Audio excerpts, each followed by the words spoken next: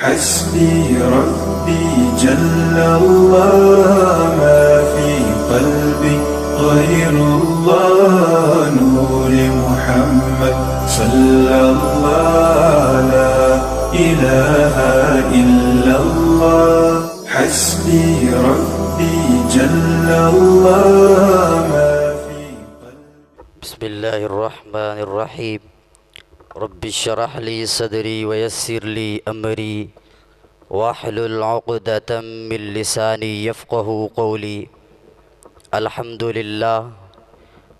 لله رب العالمين، والصلاة والسلام على سيد الأنبياء والمرسلين.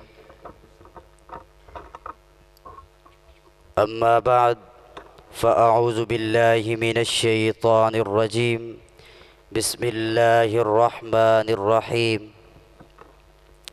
وما آتاكم الرسول فخذوه وما نهاكم عنه فانتهوا. آمنت بالله صدق الله العظيم وصدق رسوله النبي الكريم الأمين.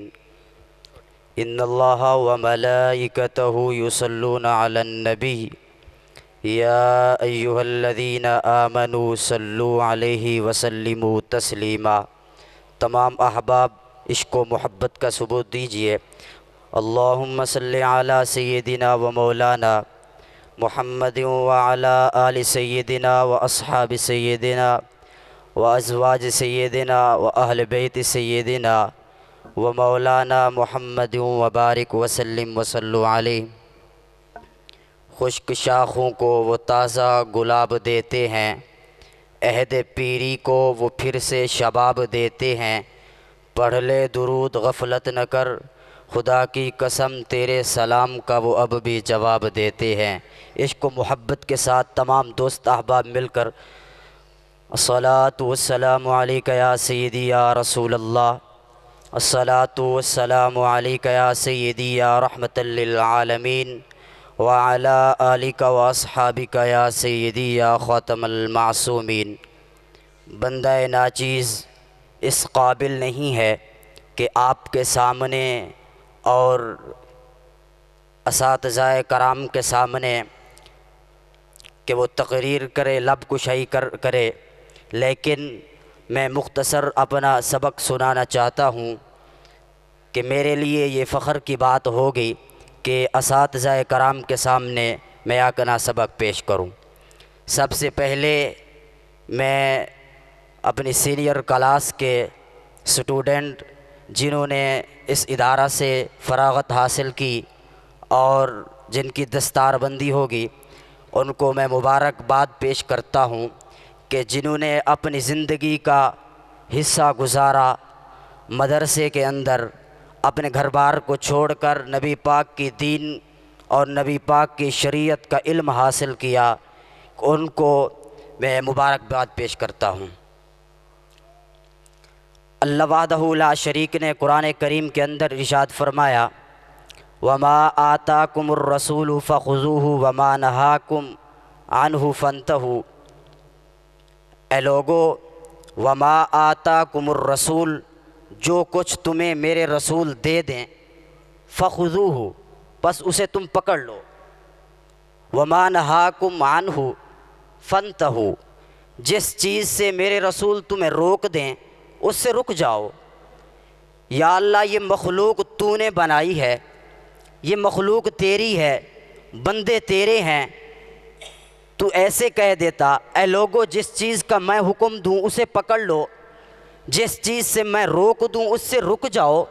یا اللہ ایسے کیوں فرمایا کہ جس چیز کا میرے محبوب حکم دیں اسے پکڑو، جس چیز سے وہ روکیں اس سے رک جاؤ؟ تو اس کا جواب ایک آیات، اس کا جواب حدیث قدسی ہے. روایت کے اندر آتا ہے کنت کنزا مخفیا فاحببت. حدیث قدسی ہے، اللہ وحدہ لا شریک فرماتا ہے کہ میں ایک مخفی خزانہ تھا، فاحببت، بس مجھے محبت ہو گئی. کنت کنزا مخفیا فاحببت ان اعرف فخلقت نور محمدا. تو مجھے محبت ہوتی تو میں نے یہ کہا کہ میں اپنی پہچان کی خاطر، اپنی معرفت کی خاطر اپنی معرفت کی خاطر میں اپنے نبی کے نور کو پیدا کیا، فخلقت نور محمد، اپنے نور کو پیدا کیا۔ یا اللہ اپنی پہچان کی خاطر، اپنی معرفت کی خاطر تو نے اپنے نبی کے نور کو پیدا کیا، اپنی معرفت کی خاطر پیدا کیا۔ پھر حضرت عیسیٰ علیہ السلام دنیا میں آئے، حضرت موسیٰ علیہ السلام بھی دنیا میں آئے، حضرت آدم علیہ السلام آئے، حضرت شیس علیہ السلام بھی دنیا میں آئے، 1,24,000 پیغمبر دنیا میں آئے، وہ تاج نبوت لے کر آئے میرے مالک۔ پھر ان کی تخلیق کا مقصد کیا ہے؟ پھر پوری کائنات کو بنایا، جمادات کو بنایا، نباتات کو بنایا، درختوں کو بنایا، پہاڑوں کو بنایا، سمندروں کو بنایا، سب چیز کو بنایا میرے مالک۔ اپنے محبوب کو تو بنایا اپنی معرفت کی خاطر، پھر اس پوری کائنات کے بنانے، اس پوری کائنات کی تخلیق کا مقصد کیا ہے؟ اس کو کیوں بنایا؟ تو نبی پاک صلی اللہ علیہ وآلہ وسلم کو تاج نبوت دیا، پھر اس کو کیوں بنایا پوری کائنات کو؟ تو اللہ وحدہ لا شریک فرماتا ہے میں نے اپنی پہچان کی خاطر بنایا اپنے نبی کو، اور نبی پاک کی پہچان کی خاطر پوری کائنات کو بنا دیا۔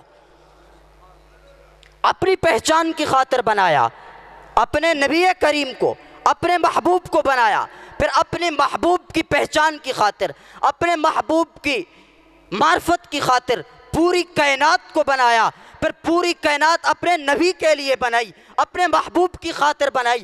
جب بنائی اپنے محبوب کی خاطر، اپنے محبوب کے واسطے بنائی، پھر سب کچھ اپنے محبوب کی ہتھیلی پہ رکھ دیا کہ جس کو جو کچھ دیں وہ پکڑ لیں، جس کو جس سے روک دے وہ سے رک جائے۔ تو یہ درس اور یہ ادارے ہمیں یہی سکھاتے ہیں، اسی چیز کا درس دیتے ہیں کہ کبھی بھی نبی پاک صلی اللہ علیہ وآلہ وسلم کی بے ادبی نہ کرنا، کبھی بھی اولیاء کرام کی بے ادبی نہ کرنا، کبھی بھی صحابہ کرام کی بے ادبی نہ کرنا، کبھی بھی اہل بیت کرام کی بے ادبی نہ کرنا۔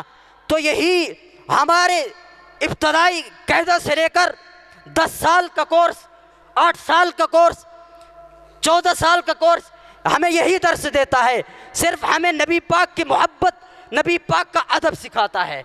اگر دل کے اندر نبی پاک صلی اللہ علیہ وآلہ وسلم کی محبت نہیں، صحابہ کرام کی محبت نہیں، اہل بیت کرام کی محبت نہیں، اولیاء کرام کی محبت نہیں، پھر یہ ہمارے 10 سال کا پڑھنا، 9 سال کا یہ کورس کرنا، پھر یہ ہمارا فضول ہے، کسی کام کا نہیں، جب تک ان ہستیوں کی محبت دل میں نہیں آتی، جب تک ان کی محبت ہمارے دل میں نہیں آتی، پھر یہ ہمارا 10 سال کا کورس کرنا کسی فائدے کا نہیں ہے۔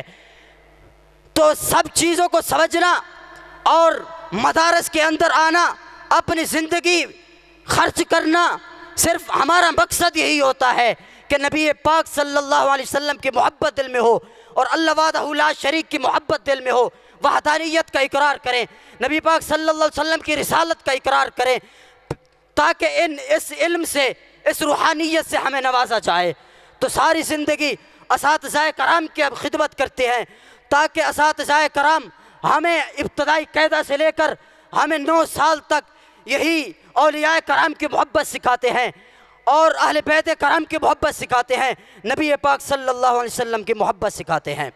اگر انسان کے دل کے اندر نبی پاک کی محبت نہیں ہے، پھر اس کے سارے اعمال ضائع ہیں، پھر اس کی نماز قبول نہیں ہے، پھر اس کی زکوٰۃ قبول نہیں ہے، پھر اس کا حج بھی قبول نہیں ہے۔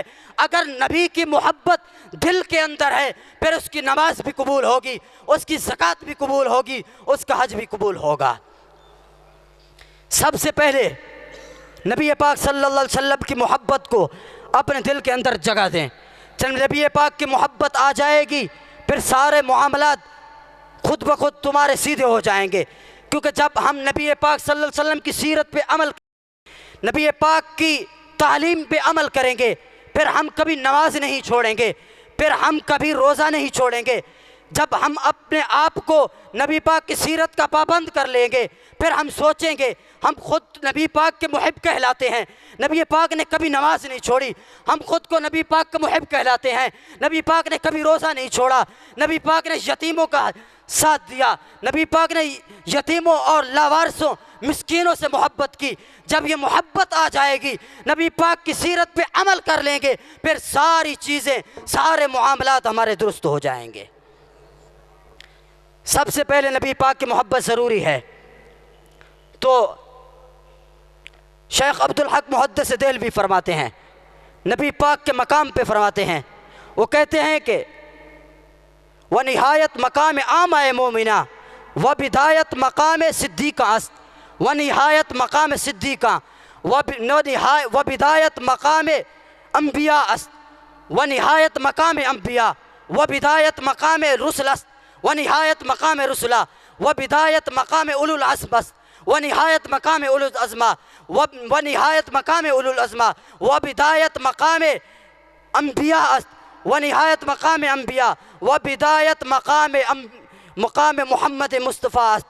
الغرض آپ فرماتے ہیں جہاں عام بندوں کا، عام مومنوں کا مقام کی انتہا ہوتی ہے، پھر وہاں صدیقوں کے مقام کی ابتدا ہوتی ہے، جہاں صدیقوں کے مقام کی انتہا ہوتی ہے، پھر نبیوں کے مقام کی ابتدا ہوتی ہے، جہاں نبیوں کا مقام کی انتہا ہوتی ہے، پھر اولوالعزم رسولوں کے مقام کی ابتدا ہوتی ہے، جہاں اولوالعزم رسولوں کے مقام کی انتہا ہوتی ہے، پھر تیرے اور میرے نبی کے مقام کی ابتدا ہوتی ہے۔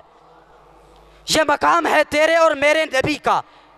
کتنا مقام دیا اللہ وحدہ لا شریک نے تیرے اور میرے نبی کو۔ جب اتنا مقام اللہ وحدہ لا شریک نے دیا، پھر ہم سب کو چاہیے کہ ہم اپنی زندگی کو نبی پاک صلی اللہ علیہ وسلم کی سیرت اور صورت کے مطابق چلائیں۔ دعا ہے کہ اللہ وحدہ لا شریک میرے یہ ٹوٹے پھوٹے الفاظ اپنی بارگاہ کے اندر قبول و منظور فرمائے۔ وآخر دعوانا الحمدللہ رب العالمین۔